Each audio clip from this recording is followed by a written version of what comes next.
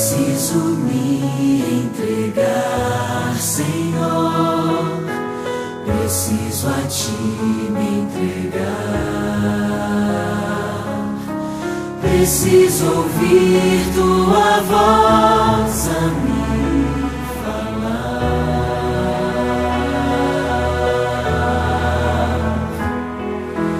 Não tenho nada a Te oferecer, somente um coração puro e pecador. Mas aqui estou, me aceita, Senhor.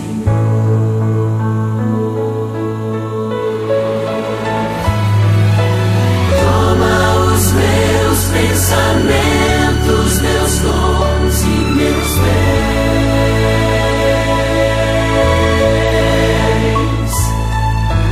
Toma o meu coração e tudo que Ele tem.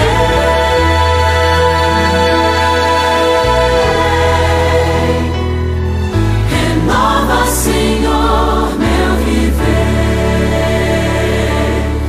Derrama em mim Teu amor. Quero pra sempre servir-Te por onde for.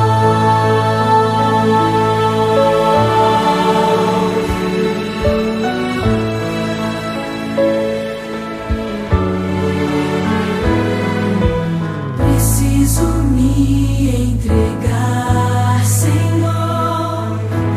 Preciso a Ti me entregar. Preciso ouvir Tua voz a me falar.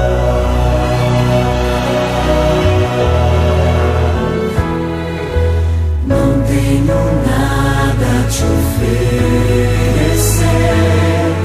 somente um coração puro e pecador. Mas aqui estou, me aceita, Senhor.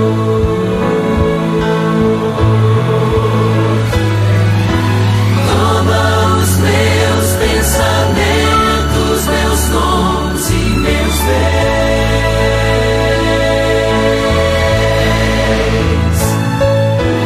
Toma o meu coração e tudo que Ele tem.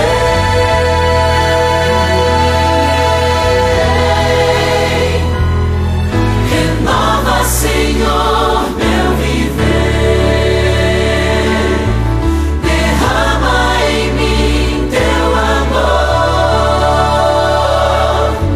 Quero pra sempre servir-Te por onde for.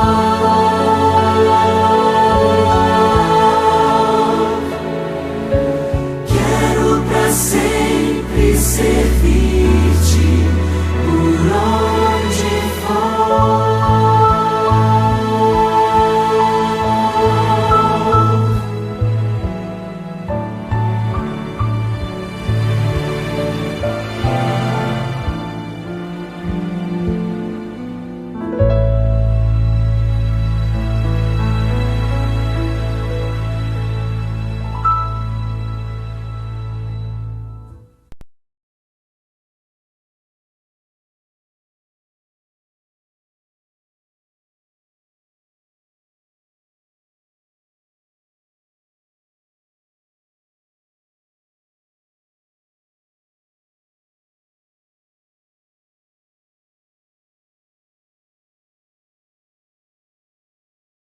Deus e assim a gente refletir principalmente sobre a nossa vida, sobre como estamos vivendo nesses últimos dias.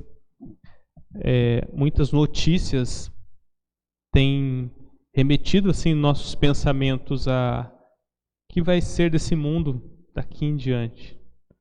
Tantas coisas assim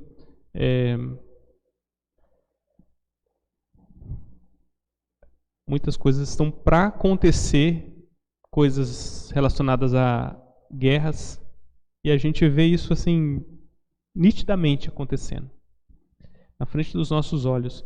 Aqui, essa geração que está aqui na igreja nesse momento, não enfrentou nenhuma guerra. Todos vieram de 45 para cá, né? Não tem nenhum. A irmã nasceu antes de 45? Nasceu na época da guerra? Rosinha? Foi, né? Não. Então, assim, nós não sabemos como é uma guerra mundial, mas a gente consegue ver as consequências disso pela história, né? E a gente ora a Deus para que, se isso porventura acontecer,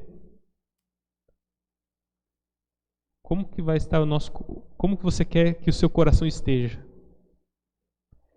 Mas eu não vou falar sobre isso não, quero trazer para vocês um pouquinho sobre a justiça. O que você entende de justiça? E a justiça que a gente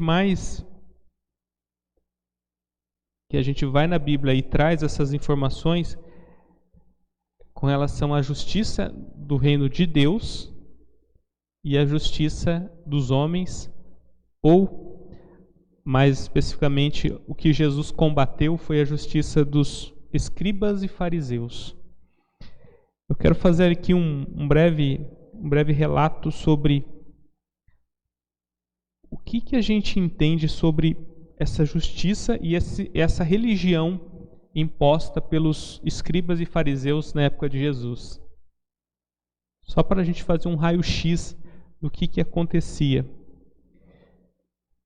Esse grupo, eles tinham criado ali muitas leis ou muitas regras para que você pudesse obedecer às leis. Regras de comportamento, regras de... E cada questão da vida, da casa, do templo, enfim, tinham regras para que pudessem ser seguidas, para que o objetivo final pudesse ser guardado a lei de Deus. E o que isso podia causar? Na cabeça deles, talvez, um processo organizado. E isso eu acho que está acabando a bateria.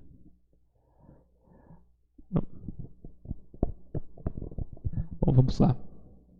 E isso causava neles, no fiel, naquele judeu que acreditava no que eles falavam, criava-se ali um método, criava uma forma deles realmente guardarem a lei como deveria ser guardada.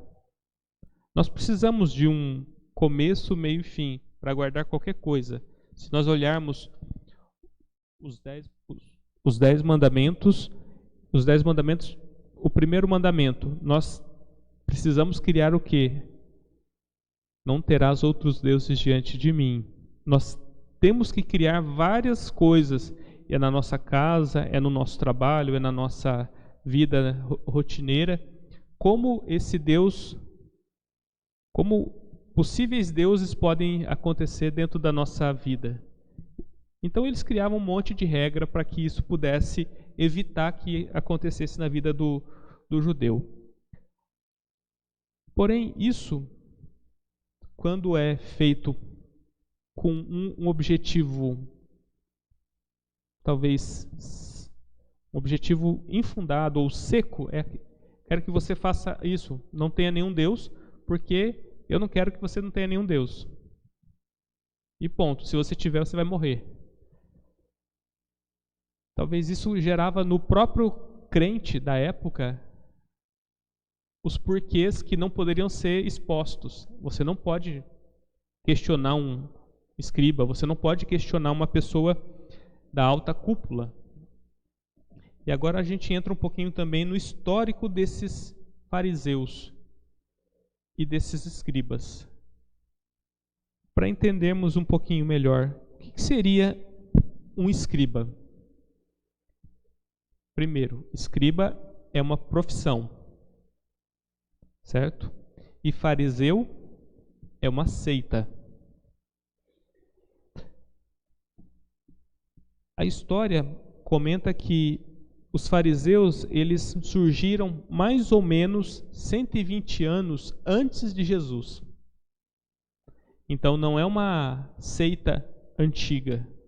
Ela já vinha ali ganhando força naquele período ali que a gente chama de período oculto entre o Velho e o Novo Testamento. Então eles começaram a ganhar força ali, e a gente tem essa religião, podemos dizer assim, ou uma seita dentro da religião judaica. Nós somos cristãos, somos adventistas e tem várias religiões. Os fariseus estavam dentro da religião judaica e eles tinham a sua conduta, a sua denominação, podemos dizer. E o que acontece? As regras eram comportamentais que eles estabeleciam. Essas regras eram para que os outros cumprissem e eles falassem. Como chama aquela regra? Faça o que eu mando, faça o que eu faço. E esses escribas e esses fariseus, eles foram duramente criticados. E a Bíblia, ela contextualiza que Jesus foi crucificado por justamente criticá-los. E agora entra essa questão. Essas regras comportamentais tinham um objetivo que eles traziam para o povo. Vocês precisam ser perfeitos. Se você faz o que eu mando, você vai ser perfeito. E o ser humano, infelizmente, não consegue ser perfeito. O ser humano não tem condições alguma de ser perfeito. Infelizmente, dentro da nossa denominação adventista, existem aí grupos que tentam buscar o perfeccionismo e incorre no quê? Num separatismo. Eles passam a viver separados dos outros crentes, dos outros irmãos que não conseguem, talvez não tenha a mesma instrução, não tenha a mesma vontade, não tenha as mesmas características deles. E aí entra o verso que eu quero comentar nessa noite. Mateus 5:20. Quem puder abrir a sua Bíblia, nós vamos trabalhar ali com o livro de Mateus, começando aqui no versículo 20. Se você puder acompanhar, nós lemos assim: Porque vos digo que, se a vossa justiça não exceder em muito a dos escribas e fariseus, jamais entrareis no reino dos céus. Esse contexto que Jesus está falando aqui é o contexto quando Jesus ele coloca a lei de Deus em paralelo ao que eles faziam. Então, eles batiam na tecla. Esse Jesus, ele tem algo de errado. Eles batiam nessa tecla. E Jesus só queria trazer para eles o quê? Uma forma diferente de interpretar a própria Escritura, um novo sentido para a vida.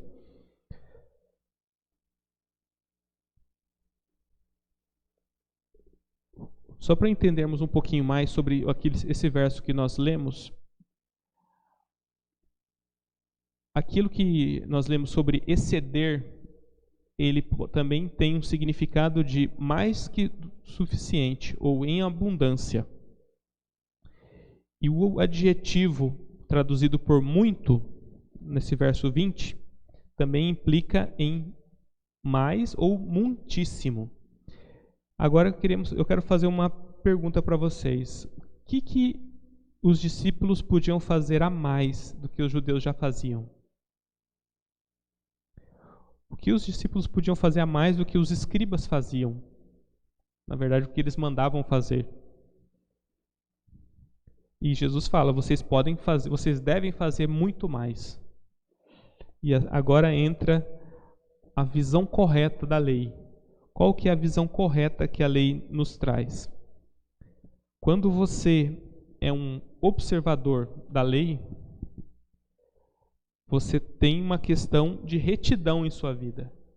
O que a lei é, além de parâmetros de retidão? Quando a lei coloca para você, honra o teu pai e tua mãe, é um parâmetro que estabelece limites, estabelece a legalidade e coloca assim, você vai ter uma vida longeva, você vai viver muito se você fizer isso, com promessa, né? E o que eles queriam fazer? Que isso ficasse somente na casca, ficasse apenas nas palavras, ficasse apenas no exterior. E agora Jesus vem colocando que os reais motivos que a gente vive nessa vida não pode ser somente o exterior. Não pode ficar apenas para que os outros vejam. E aí a gente entra na questão da reputação. Quantas vezes a gente vê pessoas tendo a sua reputação destruída por não se importar com o exterior, mas o interior dela já estava destruído há muito tempo. Então, um outro exemplo também é a questão de quando Jesus fala assim, na lei está dizendo, não matarás. Mas se você olhar para uma pessoa, você irar sem motivo para uma pessoa, você já matou ela. Então, o que ele quer dizer com tudo isso? Existem muitas coisas que acontecem dentro do nosso coração. Existem muitas coisas que estão trazendo no nosso coração o próprio pecado. E isso nem precisa de esforço externo, podemos dizer assim. A batalha acontece dentro do nosso coração, dentro da nossa própria natureza. E isso gera todo esse transtorno para a nossa vida. Outra questão que Jesus ele colocou, ele não veio trazer uma nova lei, ele veio dar sentido para que já existia. Então ele não foi um legislador, ele trouxe isso para todos aqueles que querem que ele o transforme.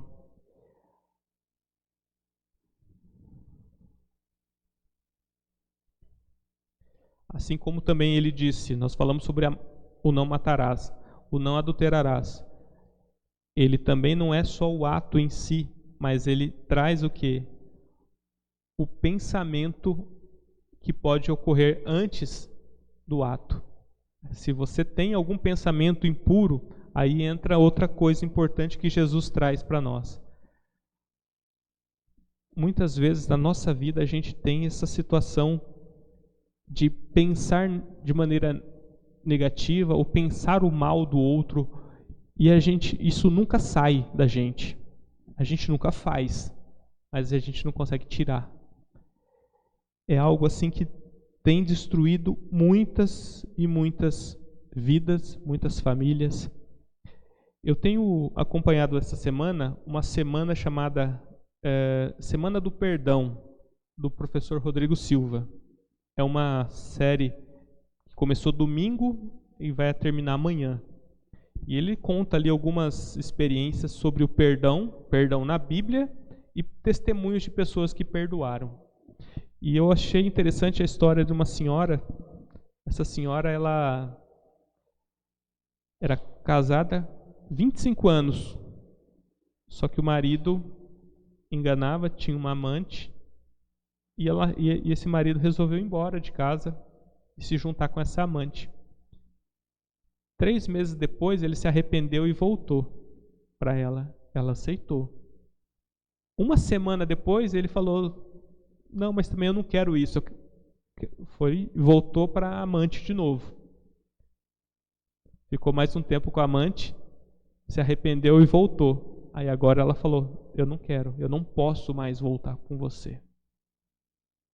Resultado disso, o marido voltou, o ex-marido agora voltou para a amante novamente e ela recomeçou a vida.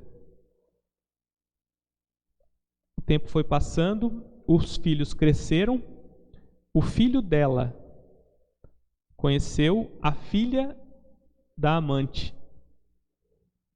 E eles se namoraram, noivaram e casaram. Agora ela tinha que conviver em família novamente com o ex-marido e com a dita cuja. Foram alguns anos de briga com Deus, de dificuldades de lidar com isso. E no processo, quando ela separou do marido na primeira vez, o pastor da igreja falou assim, volta a estudar. Talvez você vai ter um novo sentido para a vida. E isso aconteceu. Ela voltou, ela se formou professora, etc. E aí isso ajudou ela a ver a vida de uma outra forma. E quando os filhos se casaram, e ela demorou para poder digerir tudo isso, ela pediu um milagre a Deus. Ela pediu uma prova. Senhor, eu quero que o Senhor me ajude a livrar esse rancor que eu estou alimentando todo dia contra o meu ex-marido e contra a mãe da então nora. Agora Deus mostrou para ela, Deus tirou do coração dela isso. E hoje eles convivem como uma família. Mas aos olhos humanos isso não acontece. Aos olhos humanos isso vai até a sepultura. Porque é difícil conviver com alguns absurdos. E para mim isso é um tipo de absurdo que acontece na vida do ser humano. Mas é só Deus que consegue tirar esse rancor, conceder o perdão, conceder uma nova possibilidade de vida. Agora eu quero que você leia junto comigo. Talvez aqui pelo número de pessoas, cada um pode ler um verso. Ali, se você continua no capítulo 5 de Mateus, nós vamos ler as bem-aventuranças. Que você possa ler isso talvez todo dia na sua casa e pedir para Deus, Senhor, me ajude a viver isso. Como você vê os 10 mandamentos, começa a ver essas bem-aventuranças também. Eu vou começar lendo, e quem quiser pode continuar lendo. Eu vou ler aqui no verso 3. Bem-aventurado os humildes de espírito, porque deles é o reino dos céus. Alguém mais quer ler?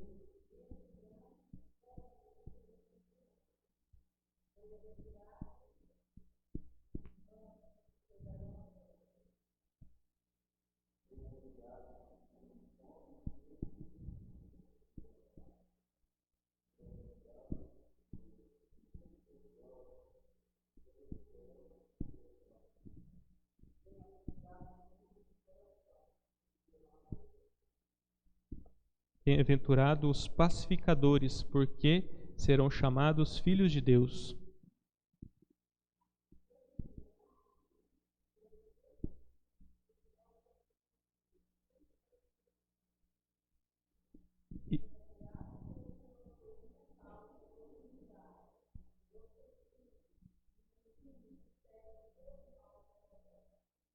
Regozijai-vos e exultai, porque é grande o vosso galardão nos céus, pois assim perseguiram os profetas que viveram antes de vós.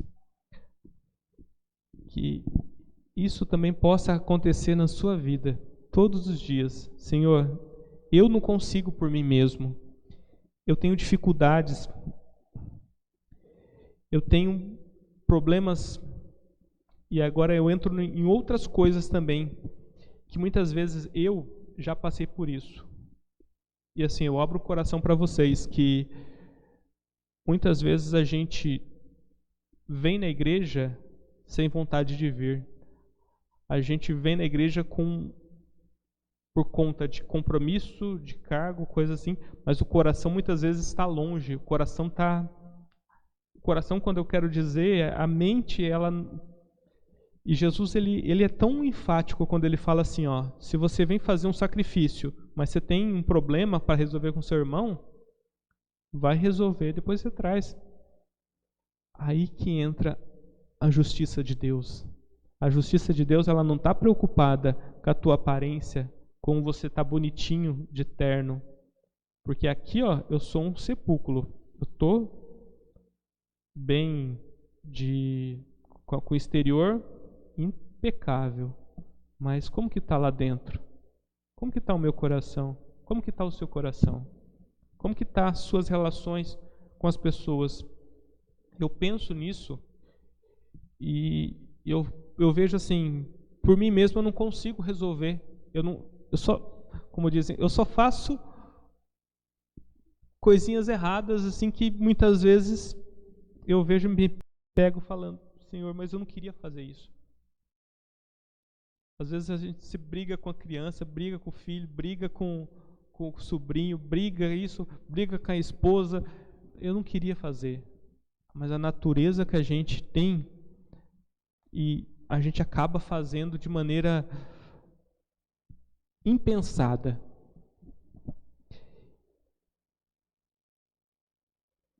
E aí entra a questão: eu posso fazer algumas coisas e omitir outras? Jesus, ele coloca a situação com relação aos escribas e fariseus, e eu olho a história dos escribas, dos fariseus, muitas vezes eu vejo a minha história, eu vejo eu ali, eu vejo um crente de fachada, que dizima para dizer que dizimou, mas no coração muitas vezes eu não perdoo para manter o orgulho e fico nessa vida recorrente, de recorrências, rancores, e o tempo vai passando. O grande problema, muitas vezes, não é você ficar com rancor e remoendo, é você ficar com rancor e esquecer que você está com rancor ou que está com problema, e a outra pessoa continuar, e nunca vocês vão se cruzar. E aí entra numa cauterização do pecado. Por quê? Porque isso às vezes nem te afeta, mas cada vez que a pessoa te vê, você cavuca um buraco no coração da pessoa. E isso passa, a vida passa, e quando vê, a pessoa morre, você morre, e nunca se resolve o problema. E às vezes era só a gente calçar a sandália da humildade, a gente ser, aqui como a gente leu, ser humilde, para poder reconhecer, e mesmo não tendo errados, mas a gente assumir, porque Jesus não morreu sendo culpado, ele morreu sendo santo. E ele assumiu toda a forma e todo o pecado. Por que eu não posso assumir um erro que nem é meu, mas que eu resolvo o problema? Eu vou estar sendo o quê? Misericordioso. E aqui eu encerro. A misericórdia que Deus pede, ela é comparada à perfeição dele. Nós não podemos ser perfeitos como nosso Pai. A perfeição para o ser humano está muito mais ligada ao caráter do coração, ao ato, daquilo que a gente leu nas bem-aventuranças, do que propriamente a perfeição que Ele é, porque nós nunca vamos alcançar a perfeição de Deus, mas nós vamos poder ter um coração aberto para que Ele faça em nós esse trabalho, para que Ele faça em nós aquilo que nós não conseguimos fazer. O que pode vir da lei? Como eu disse no começo, lá vem o pecado. A lei mostra o que é pecado e o que não é pecado. E o que pode vir de Cristo? A justiça, pois Ele é a justiça minha e justiça tua. As pessoas, a fé no Salvador foi prometido às pessoas que viveram antes da morte de Jesus. Elas receberam o perdão e a salvação. Entretanto, foi quando Jesus morreu na cruz, através do seu sacrifício expiatório, que foi provida a justiça eterna. A justiça de Deus testemunhada pela lei e pelos profetas. Portanto, como escaparemos nós de negligenciarmos tão grande salvação? Necessitamos ir a Jesus continuamente em busca de arrependimento, perdão, novo coração e santificação, conforme o seu elevado padrão de justiça. Primeiro, o mais importante, a justiça, a misericórdia e a fé, que resulta em dizimar. Primeiro, o interno, que resulta no externo. Primeiro, a fé, que resulta nas obras. Primeiro, o amor, que resulta em obediência. E a propósito, anulamos, pois, a lei pela fé? Não, de maneira nenhuma. Antes, confirmamos a lei, pois, se me amardes, guardareis os meus mandamentos. É apenas uma simples mensagem, mas que traz esse profundo ensinamento. O que tem por trás do que estamos fazendo aqui na igreja? O que tem por trás da tua vida? O que tem por trás da minha vida? E o que mais importa? É o exterior ou o interior? Comece a valorizar o seu interior. Comece a refletir no que você realmente está vivendo. Porque só Deus sabe o que passa dentro do seu coração. Muitas vezes o exterior reflete o que está dentro do coração. Mas muitas vezes a gente se engana. A gente tenta fazer o quê? Como faziam os escribas e os fariseus. Simulam o exterior. Vivem só a fachada. Internamente, que precisa ser tratado. Deus é o médico dos médicos que pode curar qualquer coração. Que Ele possa curar o meu coração e possa curar o teu coração também. Amém?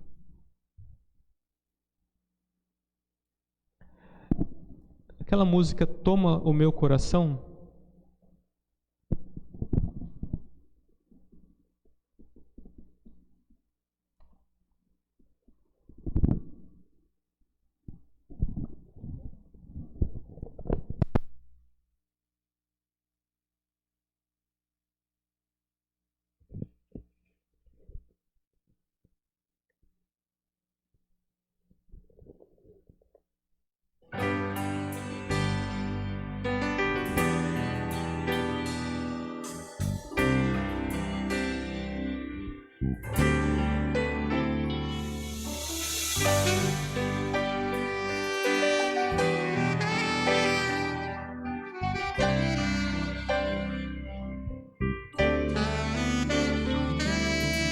Este é meu desejo, Senhor, te honrar com meu coração, te adorar.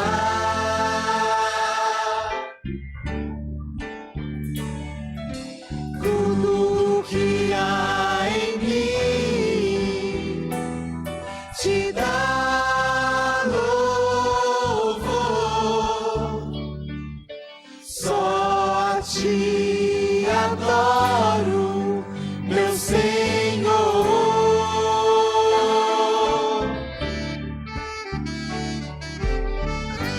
Toma o meu coração e toda a minha alma, eu vivo só pra ti, sempre que eu respirar, cada vez que eu acordar, faz o teu querer em mim.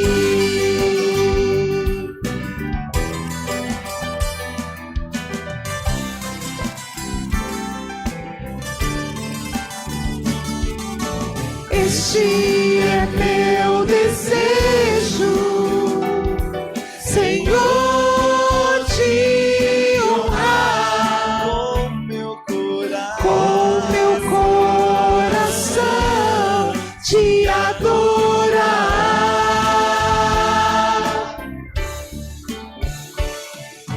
Tudo que há em mim te dá louvor. Só te adoro, meu Senhor.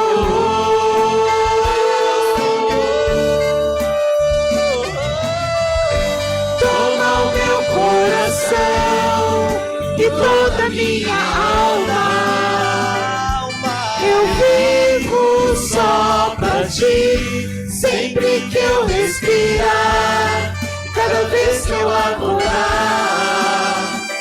Faz o teu querer em mim, toma o meu coração e toda minha alma.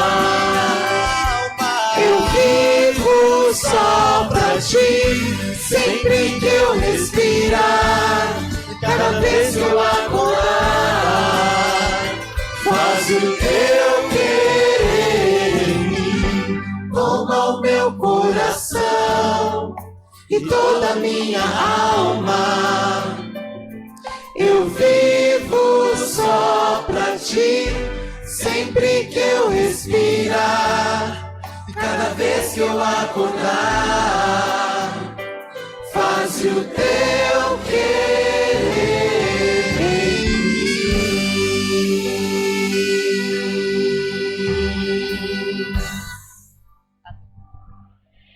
Eu fiquei pensando aqui no que o irmão Carlos falou no pedido de oração dele. Muitos irmãos nossos de outras denominações talvez não tenham uma vida tão reta, conforme a lei, mas talvez tenham um coração tão disposto a servir, a ouvir a palavra de Deus. E eu queria ter um coração como o deles, disposto a ouvir a palavra, disposto a estar aos pés de Jesus todas as vezes que for preciso. Talvez o que importa, não vamos dispensar a lei, assim como o dízimo, nós não vamos deixar o dízimo, mas às vezes o que importa, a gente fica ainda restrito, a gente fica um pouco, e eu falo por mim, eu quero entregar meu coração para que Deus possa fazer a obra que precisa ser feita. Vamos orar. Obrigado, Senhor, pela tua infinita graça, pelo teu amor, pela tua bondade, pela tua misericórdia. Nós estamos aqui, Senhor, com o nosso coração para te entregar, para que o Senhor possa fazer dele o que o Senhor achar melhor. O Senhor é o médico dos médicos, pode curar, pode amolecer, pode fazer um milagre. E por isso colocamos ele nas tuas mãos para que o Senhor faça isso. Confiando, Senhor, nos méritos de Jesus, que seremos e sairemos daqui pessoas melhores do que entramos, porque Ele está fazendo essa obra. Nos dê a tua paz, nos dirija para os nossos lares com segurança e nos traga novamente no sábado para a honra e glória do teu nome. É no nome de Jesus que pedimos. Amém.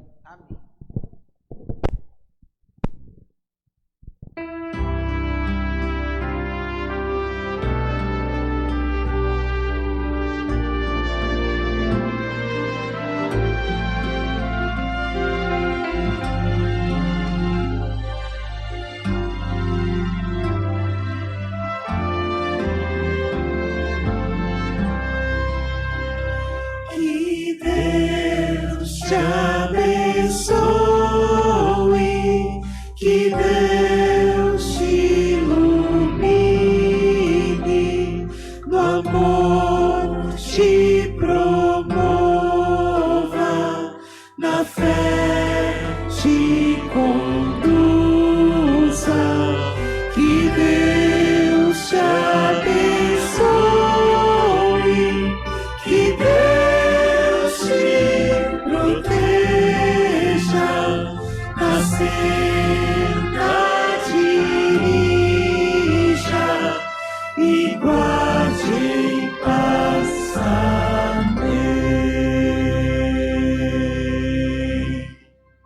Amém.